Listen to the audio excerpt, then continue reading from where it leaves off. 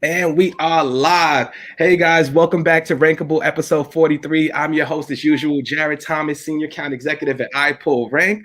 And we have a tremendous episode scheduled for you guys today. And today's topic is going to be why is SEO and the customer journey more important today than ever? So we have a very special guest. She's a revenue-driven SaaS marketing executive with 18 plus years of experience and passion for demand generation and new customer acquisition. She has worked at places like Capital One, Microsoft, Pipeline Deals, and is currently the founder and CEO of 321 Ignition. I'd like to introduce our special guest today, Ms. Lyamen Savy. How are you? I'm doing great. Hi, everyone from Seattle, from Seattle, actually, today. Thank you for joining. Thank you for taking time. I know it's pretty early on the West Coast, but thank you again. I know, we're happy to have you, and I'm really looking forward to learning more about you and your experience. So for those who aren't familiar with 321 Ignition, so I just want to give you a quick update of what that is. So it's basically a mobile first web platform for car dealerships with a design to improve the car shopping experience on mobile. So really what I wanted to bring Lyamen on today, what we want to talk about is just the customer journey, right? And as you guys know, SEO is more important than ever today because essentially everything is going digital, right? You've seen that happen with the pandemic. You've heard it a bunch, especially in our industry, digital transformation, right? How do we engage with our customers where they want to engage at? And right now, everything is online due to the circumstances, right? And then customer journey, why is that important? Because if you understand the customer journey, you can improve the user experience. And if you improve the user experience, more than likely you'll have an opportunity to improve your yield and results. So we're going to talk today about how are some ways you can optimize for your customer journey, what things you should be looking at, and ultimately how can you drive more traffic and help drive results for your business. So before we do, though, let's start at the top. Lyamen, I would love to, hear about you. You have an amazing background. So can you tell us a little bit more about your journey and kind of how you've been from the start of your career up to the point of you starting 321 Ignition? Yes. So I started my career actually first in sales. So I used to do, cold calling, just like outbound cold calling. And Jared, I'm sure you probably know that's a very hard job to do. Very few people are good at it. It's so scary to pick up the phone and call somebody who's not expecting a call from you. You're interrupting them. You're trying to get them to buy right there on the spot on the phone. So that's how I started my career. Yeah. And while I was actually working, I was going to school at night. And my first degree was web design. And so once I graduated with my web design degree, then I'm like, well, and then I started pursuing my business degree, but I'm like, what am I going to do with this degree? I wanted to do something more, than sales because I want to utilize my technical background as well. And so my HR person at the company I was at that time, which was House Values, which now is Zillow, Zillow acquired House Values. And so he said, like, well, with your background in sales and with your background in web design, he's like, you should go to marketing. And at that time, I didn't even know what marketing was. I was like 20 years old. I'm like, what's marketing? And so luckily, he introduced me to a marketing director at that time, Glenn Hoagland, who was amazing. Later on, him and I actually worked together at Microsoft. But he told me what it was. And so basically, just had like an informal interview with him. And then 3 months later, they called me up and like, Lyamen, we're about to have a job opening for a marketing coordinator. We want you to apply. Like, we're holding this role for you. So I applied, and then I started my marketing career. And, Jared, just because of my sales background, I became really good at customer acquisition, lead generation, because, there's nothing can replace your experience in sales. Like most people are afraid of sales.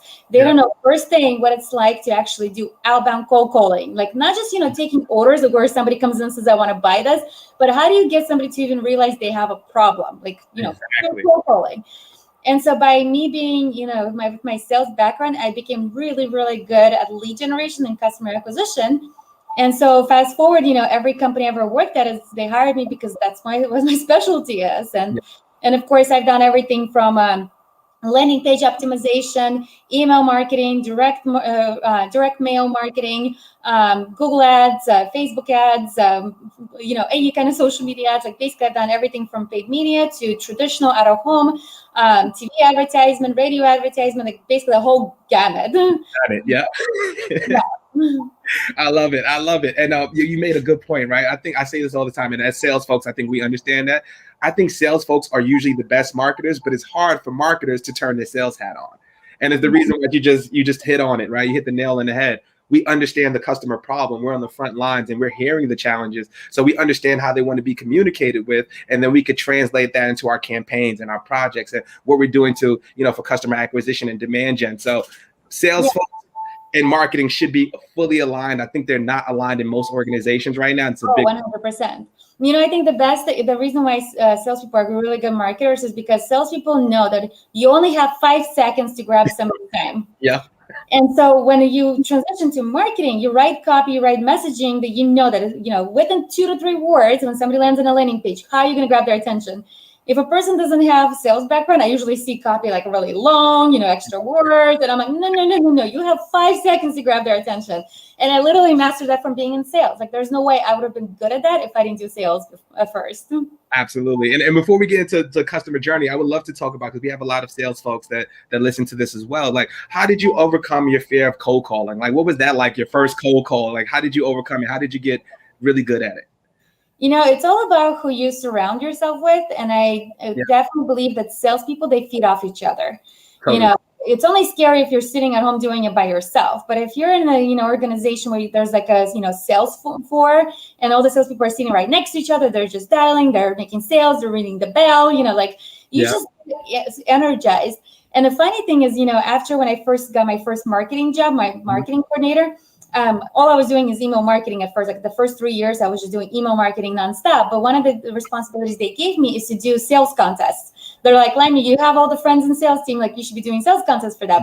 So I used to do like a bingo sales contest or bowling sales contest, like every time you hit like certain metrics, you would get like a bingo, and then whoever gets the first bingo or who gets, the 7 pins or whatever you do. So, we would always, make sales fun. Like, it's not just about the ultimate sale, but if you're hitting all these KPIs that will get you to the sales, and how do you make it as, gamify the whole system? So, the cold calling is scary. I'm not going to lie. Especially, sometimes you have those days like, oh, I don't want to be cold calling, but that's why salespeople make good money. In marketing, guess what? My income was always limited. In sales, yes, as long as you're selling, your potential was based on you. Nobody can stop you. In marketing, it doesn't matter how good your campaigns are. It doesn't matter how good you are at generating conversions and sales for the company. Your salary, that's it. That's all you got. And that's the beauty and the gift and the curse of sales, right? If you really sell, if you really grind hard, if you really want it, it's limitless, right? You can do whatever you want. You want to buy that new house, you can. You want to buy that new car, you can, right? It's kind of like that Wolf of Wall Street mentality. Whatever you want to do is attainable, right? So I love that aspect of it, right? Like for me personally, I think you hit the nail on the head. Like energy is everything. Like for me, what I focused on when I first did cold calls, first of all, you can't be afraid of rejection. Nope. That's the first thing, right? Just get it out your head. They're going to say no. Embrace the no. Embrace the no. My favorite thing used to be is for every no, I'll be like, thank you so much, because now I'm one step closer to a yes. It's a numbers game. That's it. You know how many no's you need to get to the yes. So the sooner a customer tells me no, I'm like, thank you, I'm one step closer. Next. Time. Totally. And if I still cold call most of the time, but it's not really as much as back in the day when I was like SDR and stuff like that. But for anybody listening that is cold calling, think about just being unique, right? You have that 5 seconds, right? Let your personality shine through. Don't be afraid to be creative. You know what I mean? Say something funny. I used to do that all the time because I'd like to joke a lot, right? So I would just hit it like, yes, I'm a sales guy. Yes, I'm calling you for this. And this is what it is. And then we have funny conversations. And from there, before you know, we're 5 minutes in and now they're listening to my elevator pitch. And now we have a discovery meeting booked. So let that shine through. It doesn't have to be so, oh, next one. Let me call this one. It doesn't have to be like that, right? It doesn't have to be status quo. So enjoy it. And like you said, I think you did something really cool. Gamify it, right? So sales leaders, incentivize your team, make it fun. It's not the easiest job in the world, but also as long as you're in it together, you can make it happen. Yeah, and you know what? One of the things I think the hardest part about being in sales is that a lot of times salespeople are usually the younger, people who are very insecure. Especially when they're talking to the decision makers who are the C-level executives. Like I remember that time when I was, 20 years old, and I'm like, oh my God. And I would start trembling. Like, I can't believe I'm talking to this person. Like, I don't want to sound like an idiot. But, like now that I'm a CEO, it's like, we're just, we all we care about is talk to us, like a business person, like, to help us solve a problem, not just sound like a salesperson who's trying to sell us something. The key thing is be a subject matter expert at your product. Like even with my company right now, when I talk to dealerships, who's our target audience, I'm helping them. I'm educating them. I'm helping them solve problems. I'm not just trying to sell them product. Yes, I happen to have a product that solves your problem. Yeah. Here's why we have this product. Here's the problems we're solving. By the way, did you know this? By the way, did you know that? So the key thing with sales is you get confidence by being an expert. So whatever you're selling, become an expert at that. Know that industry, know that target audience, know the competition. Like you have to eat, breathe, sleep with that product. Like you can't be a salesperson without being a product expert and an industry expert. So you have to be. And then as soon as you're an expert, you have the confidence through the roof. Absolutely. That's a rankable moment. We've got to clip that. Rankable moment. That's a rankable moment right there. And Lyamen, you touched on it too, because you did, obviously you're in the automotive space. You deal with a lot of dealerships. So can you shed a little light on some of the challenges they're facing from an online perspective? Like, what are some challenges that you hear on a day-to-day basis, and especially when it comes to SEO and customer journey? Oh my God, there's so many challenges. I mean, the one reason I started this company, it was actually by pure accident. Really? You know, I never worked at a car dealership before. I never sold a car before in my life. I never even thought twice about it. I'm not even a car person. You know, I have a Mercedes, but I'm not like, oh my God, I gotta, go pimp it out with wheels. Like I don't even care about wheels. Like as long as it's white exterior, beige interior, that's all I care about. And so I came across this opportunity by accident because I had a friend who worked at a car dealership since she was 17 years old. And her dealership was her brother owned a dealership, and they were doing really, really well, despite of how bad their marketing was. It's almost like they were just the right place, the right time, the right location, but that was of course pre-COVID, when people actually used to walk into the dealership. And so she was constantly asking me, for help with marketing, because, I've been doing marketing for 19 years. And so she would always ask me, like, because we were best friends. So she would ask me, like, Lyamen, what do you think about this? What do you think about that? So the more and more I kept helping her. And by helping her, I'm like, you should be doing this. And she's like, well, I can't because my vendor doesn't do it. I'm like, well, you should be doing this. She's like, I can't because there's that limitation. I'm like, who the heck are you using? Like, who are your vendors? I'm like, are you trying to like save on vendors? Are you using some cheap providers? Like, what's going on? Yep. And then I started doing research on the automotive space. That's when I realized how outdated it is. Now actually post-COVID things have changed a lot. But pre-COVID, like I remember my first conversation with one of the huge dealer groups here in Washington State. I was talking to the marketing director and I was telling him about the importance of a customer journey and the customer experience and the website. And he's like, Lyamen, he's like, I don't want them to be on my website. He's like, I just want them to walk into my showroom. As soon as they're in my showroom, I'm going to close them. But you, Jared, and I know millennials and Gen Zs, we don't work that way. We grew up with the most powerful tool in the history, which is the internet. Yep. We research everything on the internet. And millennials and Gen Zs are the most skeptical generation of our lifetime. And it's because we have internet. Yep. We don't even trust doctors. Like we go and Google whatever doctors tell us. Like, do you think they're going to trust a lawyer or a car dealer or car salesman? No, they're not. Great point. And so like one of the things I always keep educating my dealerships is, and they always think that, the less information, the more, likely you're going to get them. I'm like, no, you're not. Firstly, you're not going to get them in. And second of all, there's actually research about this in Harvard Business Review. They've done this research. I think it was like 50,000 or 56,000 shoppers. And it wasn't for industry specific. It was across all industries. But it's a lot of shoppers that they studied. And that said that there's a high correlation between increasing consumers' trust, and their basket size. Not only how likely are they to purchase from you, but also how much money they're willing to spend with you. Yep. So the more you improve the customer journey, the customer experience on your website, people used to think that internet is going to steal revenue from brick and mortars. But the internet is actually helping consumers improve their experience at the store because they do their research online. They still buy it in store, but they're now more confident about the decision they're about to make, especially if it's a complicated decision like electronics or cars or whatever. It's not like going to the supermarket and buying a bubble gum for 25 cents. Like things you want to do some research. You want to feel confident you're not making a mistake, that there's not something better. So instead of, trying to hide things, think about how do you improve customers' trust. That's, one of the key things I always focus on.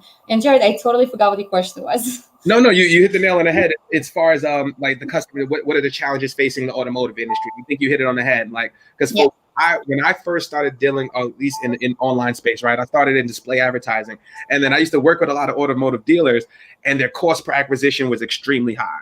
The sales cycle was extremely long, and they would have to do so many different things, probably like $60, $70 just to get a lead through the door and get them to the dealership. And there was no guarantee once they got to the dealership that it was going to close, right? But they were, as used car salesmen, we always use that in the sales world. You don't want to be the used car salesman guy, right?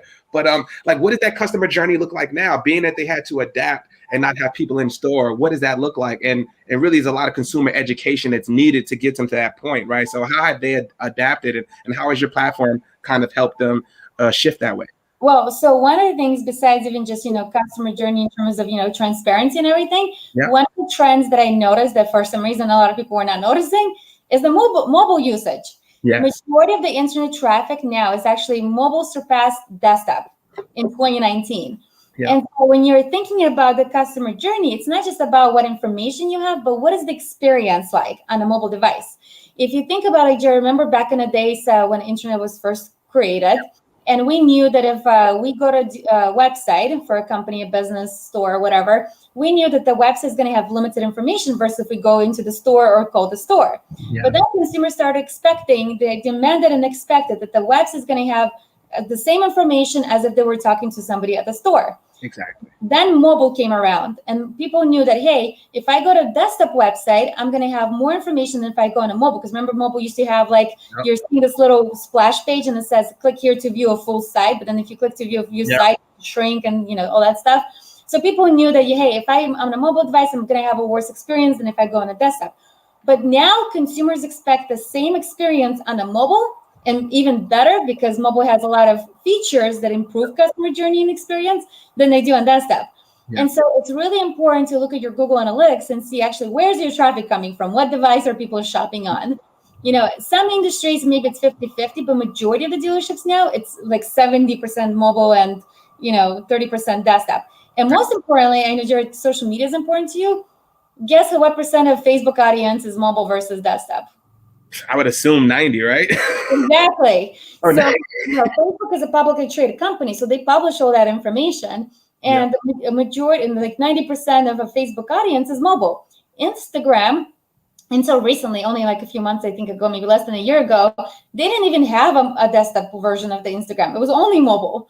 So imagine, companies are spending all this money and resources on buying media for social media, creating the ads, targeting, creating the landing pages and all that stuff. And then they're landing people on the landing page on the website doesn't give them a good mobile experience. It's like beyond me why people are not paying attention to the mobile. Yeah. Yep, you hit the nail on the head, right? And then that's something why Google is actually shifting to the mobile first, right? So for those not familiar with it, right, Google is moving to a mobile first indexing. So what that basically means is that they're using a mobile version of the content for indexing and ranking. So basically, what Lyamen said is completely true, right? Majority of users now access Google search with mobile devices, and now Google want to make sure that they primarily call index pages, with their smartphone agent going forward. So it's very important for you guys to make sure that you're mobile. There is no mobile parity, and what that is making sure that you have the same experience on desktop and mobile, right? It's going to be very, very important for you. Yep. And especially for local businesses, because all local businesses, it's almost like 90% is mobile. Yep, you absolutely have to.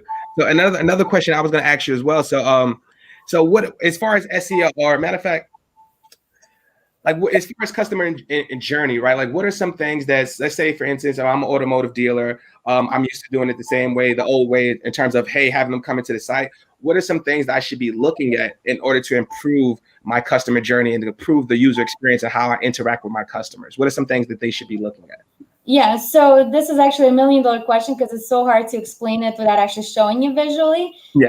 Majority of websites are mobile responsive. Yeah. Really what you need is a mobile first website. The difference between mobile first and mobile responsive is that with mobile first, it basically means that the UX UI designers started designing for the hardest device first, which is the mobile device, because mobile device has the most amount of limitations. The internet load speed, the screen size and everything. So the idea behind mobile first is once you've perfected the user experience on a mobile, which is the most restricted part, then how do you scale it up and go to the desktop?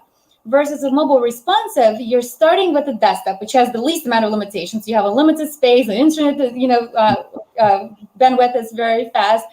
And then you're creating this website with all the complexities, and then it just responds to mobile, meaning like the things just move around, but it wasn't really designed for a mobile device. And so when you look at the side-by-side examples of a mobile response versus mobile first, the difference is just like, it's so noticeable. Like at first you don't realize it because, sorry, there was somebody, I'm just all good. So like at first, when a lot of people actually, especially small local business, like when I talk to dealerships, because they could see their website on a mobile device, they think their website is mobile first. They're like, well, I could see my website on a mobile. Yeah. And I'm like, well, your website is accessible on a mobile device, which means it's mobile responsive, but it doesn't mean it's designed for a mobile user. Exactly. And so like, for example, what I normally see in the automotive world is car dealerships, it's an e-commerce platform, just like, retail stores. You show inventory. So for example, you'll see their top navigation, the logo will take up like half the screen size with, the phone number and the menu bar. Yeah. But a mobile first website would have had a click to call, click to drive instead of, spelling out the phone number, and having, big, thick menu bar and the logo really huge. Yeah. You're resizing the logo to fit good on a mobile device. Or another example is like, for example, if you go to a search results page, when you're searching for a product and you land on the search results page, a mobile responsive website, a lot of times you will see a filter as a button. A filter should not be a filter should not take half your screen size, or like a sort buttons, like, things will move around and like you land, I don't know if you could see it. No, yep. You'll land on like a search results page and like half the screen is just taking up with the logo, phone number, menu, sort by, and filter by. And I'm like, where's the cars? Where's the product? You have to go down to see that. Versus like, if you look at any of our dealerships on our mobile first platform, like you will see everything is compartmentalized because less is more, including like, for example, copy and messaging. If you take, a paragraph of copy and you put it in the desktop, it looks short, it looks easy to read. You put the same amount of copy on a mobile because it's so condensed, it's going to look like, oh my God, there's so much copy. And nobody's going to read copy. People don't read, they scan. You're right. You got a book on your page, right? Exactly. And so when you're designing for mobile, you really have to think about, like, if you are the user, if you landed on the site, is this welcoming for you? Is it there's a famous book called Think Fast, Think Slow. It's one of my favorite books. I obsess over it. And it talks about how our brains process information. And so, sometimes when we see information, even though, yes, we can comprehend it, but it forces our brain to stop and think about it. As soon as your brain needs to stop to think about it, most of the time people ignore it because we're lazy. And we're like, we're going to go to the next thing, which means you never come back to it. So the key with, mobile first and thinking about mobile user experience is how do you make the messaging where it's going back to sales, 5 seconds, can you get their attention with few words, remove any extra words. Like I always tell my copywriters, I'm like, that's a waste of somebody's energy reading that word. Remove that word. That doesn't add value. Remove that word. Like just keep being ruthless about trimming the information. But the one thing I want to point out though, it's important though that a mobile first website doesn't mean it has less content. It still has the same amount of content because it's important for SEO ranking and everything, but it's about how you package it and how you actually display it on a mobile device. So because you still, of course, need content for organic ranking, but you have to optimize not just for Google bots, you have to optimize for the user too, for the consumers. And a lot of times I see companies optimizing for the bots. They have so much content where, sure, the bot crawled it, but then people land on the site and bounce, or, they don't actually engage with the website, which also is going to hurt your organic ranking. Absolutely. I think you hit the nail on the head. And it has to be a delicate balance, right? You have to, one, create your mobile site for the user, but you also have to look at Google as a user itself, right? I think that's the main thing that a lot of people miss, right? And also, Kevin, if you're listening to this, can you drop the Pareto link? Because we actually have a free tool that actually you put in your website and it shows you the disparity between mobile and desktop. So that's cool. So if anybody's watching, they want to check out, see if there are some mobile disparities, please go in. It's a free tool. Use it up, right? Yeah, and that's actually really, really important because to your point, once Google switched to mobile first indexing, which I think they did it in March officially. They're about, Yeah, because they delayed a couple of times. Yeah. But the key thing with mobile first indexing, it's not just the technical SEO, can Google bots crawl through the information, but does your mobile site have same amount of content as desktop? Because if mobile has less content, then Google sees less, and then your organic is going to start dropping. So the parity is essential. Absolutely. Definitely essential. And then what kind of, as far as SEO, what are some things, especially for your industry, right? What are some things that you think they should be focused on in terms of dealerships? What are some things that you recommend to them moving forward, especially with some of the changes coming in the pipeline from Google? I mean, the core web vitals they're about to, I think actually they're either already went live or Google's about to release, and I think they also delayed it to mid-June or whatever. Yeah, it's hard to keep up. I think they were going to launch it last month, and then now it's like this month, and I saw an update yesterday, so I have to check to see if that was it, but yes, it's coming. Yes, and so basically Google is now saying that because majority of users are on a mobile device, it's not just about do you have the content, but also, the user experience, which is the core web vitals that Google is now looking at and that's going to be part of their organic ranking. And so, the key thing is to, of course, pay attention to that and log into your Google Search Console. Your Google Search Console will tell you, do you have a good mobile experience? So it's not just is your content accessible, but what's the experience? The experience is really, really key. Exactly. And I mean, and just even beyond, the Google, we keep always talk about Google, because Google is, it's important, of course. But, one of the things I always talk about is customer experience is a competitive advantage for a business. If you think about, what are the business strategies, a business could have a price leadership strategy, where they're going to be the lowest cost provider. Or they could be a product differentiator, which is you have the most unique product, nobody else even comes close to you. But we know most products are good enough; they're all pretty much the same. Yeah. So if you think about price leadership and the product differentiation, those are very hard to compete with. Yes. But the customer experience is a free thing that any business could actually implement, and it's sustainable. Because customer experience actually doesn't mean you're hurting your profit margins, so you're not reducing your prices. It doesn't mean you keep having to, produce unique products. So like if you're a car dealership or if you're a company that doesn't have their own product but resells another product, customer experience is your competitive advantage. Absolutely. And people are actually we're so used to the, Amazon spoiled us, Zoom spoiled us, DoorDash delivery, spoiled me because I don't like going to grocery stores. Like I don't have time for that. And I'm willing to spend more money if somebody helps me save time, like make me more productive. And so customer experience, in addition to Google, what I obsess over is what's the customer experience on a mobile device. So like when somebody's doing their research while they're, sitting in a subway, commuting, thinking about I need a car, or what's their experience when they're sitting on a couch watching TV and have their babies in their hands. It's what's the customer experience is the key thing. Absolutely. And getting to know your audience, right? If you understand what your audience expects from your brand, then it's way easier to provide the optimal experience for them, right? What kind of content they want to consume from you, what they expect from your brand, right? There's so many positive benefits from having a good mobile experience and understanding the customer journey versus not, right? If you don't, they come in, they bounce, it can have negative brand sentiment. Right? Like say if I go there, I'm trying to find a new Sonata or something like that. I'm actually looking for a new car. If I go to your site, it's not mobile responsive or doesn't give the content or show the product in a way that resonates with me or what I'm looking for, I'm going to leave and find somebody who does, right? So you could be losing valuable money by just making simple optimizations and making sure that you had that good experience. Yeah, and so here's a good question. You're looking for a car right now. What percent of the time are you looking for a car on an individual dealership website versus consumer marketplace websites like Auto Trader and Car Gurus? Consumer marketplace. Exactly. Guess what? The consumer marketplace websites are mobile first. Exactly.